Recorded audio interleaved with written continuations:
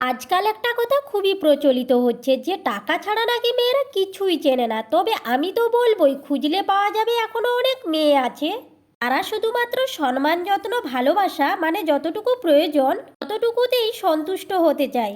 জীবনে যতটুকু প্রয়োজন ততটুকু হলেও তারা শুধুমাত্র এক পুরুষেই আসক্ত হয়ে সারা জীবন কাটাতে পারে।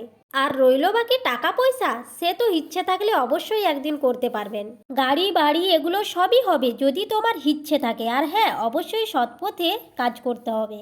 আমি ভালো থাকবো এবং আমার কাছের মানুষটাকে ভালো রাখার চেষ্টা করব, এই ভাবনা চিন্তা নিয়ে এগিয়ে চলো। কাউকে না ঠকিয়ে, কারো সঙ্গে না বেইমানি করে, নিজেরা সৎ পথে পরিশ্রম করে এগিয়ে যাওয়ার মতন চিন্তা ভাবনা সবারই আছে। তাহলে শুধুমাত্র এই গাড়ি বাড়ি কি, জীবনে চেষ্টা করলে আরও এর থেকে অনেক বড় স্বপ্ন পূরণ করতে পারবেন। আমি যে কথাগুলো বললাম সেগুলো কিন্তু কাউকে একেবারে আঘাত দিয়ে বলতে চাইনি।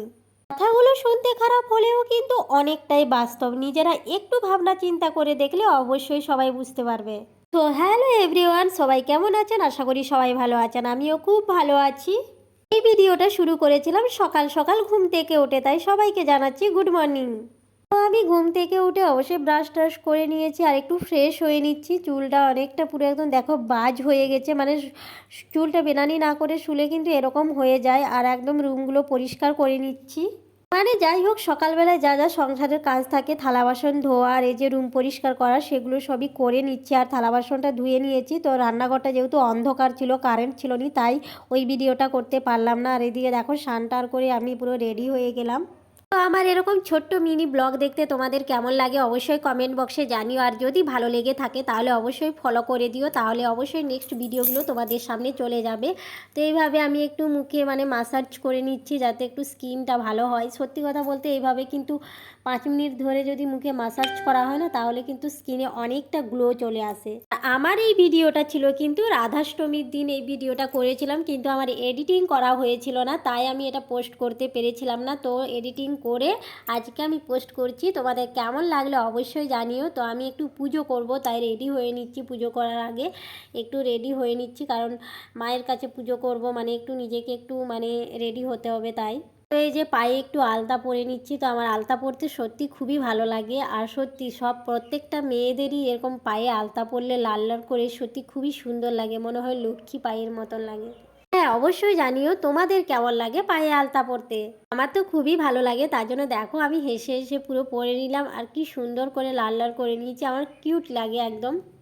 তো এই যে আমি এগুলো পরে নিচ্ছি, কমপ্লিট হয়ে গেল। আর এদিকে পুজো করে নিচ্ছি, যেহেতু রাধা অষ্টমীর দিনের পুজো। আমার রাধারানীকে দেখো আমি এইভাবে সাজিয়েছিলাম এমনি ফুল দিয়ে, যার সাদা কালারের যে ফুল, এগুলো কি ফুল বলে সত্যি কথা বলতে ফুলগুলোর নামটা এই মুহূর্তে আমার মনে আসছে না। তোমরা যদি জানো তাহলে অবশ্যই কমেন্ট বক্সে জানিও। আর আমার সত্যি এরকম ছোট একটা মন্দির, মানে যেহেতু এখানে আমরা ভাড়া বাড়িতে আছি, তো এরকম একটা জায়গায় আমি ঠাকুরকে জায়গা করে রেখেছি। যেহেতু আমার এখানে সিংহাসন নেই, এই ছোট্ট একটা জায়গা বানিয়েছি, এখানেই ঠাকুরের জন্য জায়গা করে রেখেছি। আর সুন্দরভাবে আমি সাজিয়ে পুজোটা করে নিলাম।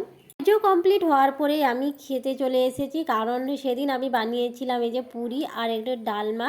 আর ঠাকুরকে দেওয়া হয়ে গিয়েছিলো, তাই আমিও খেয়ে নিয়েছিলাম। আমার বর কিন্তু এখনও পর্যন্ত ঘুমোচ্ছে, কারণ সকাল সকাল ও তাড়াতাড়ি উঠেনি। আর আমি এই যে পুজো টুজো করে আমার যেহেতু খিদে পেয়েছিল, তাই আমি খেয়ে নিচ্ছি। সো বন্ধুরা, আমার এই ভিডিওটা কেমন লাগলো অবশ্যই কমেন্ট বক্সে জানিও। ধন্যবাদ।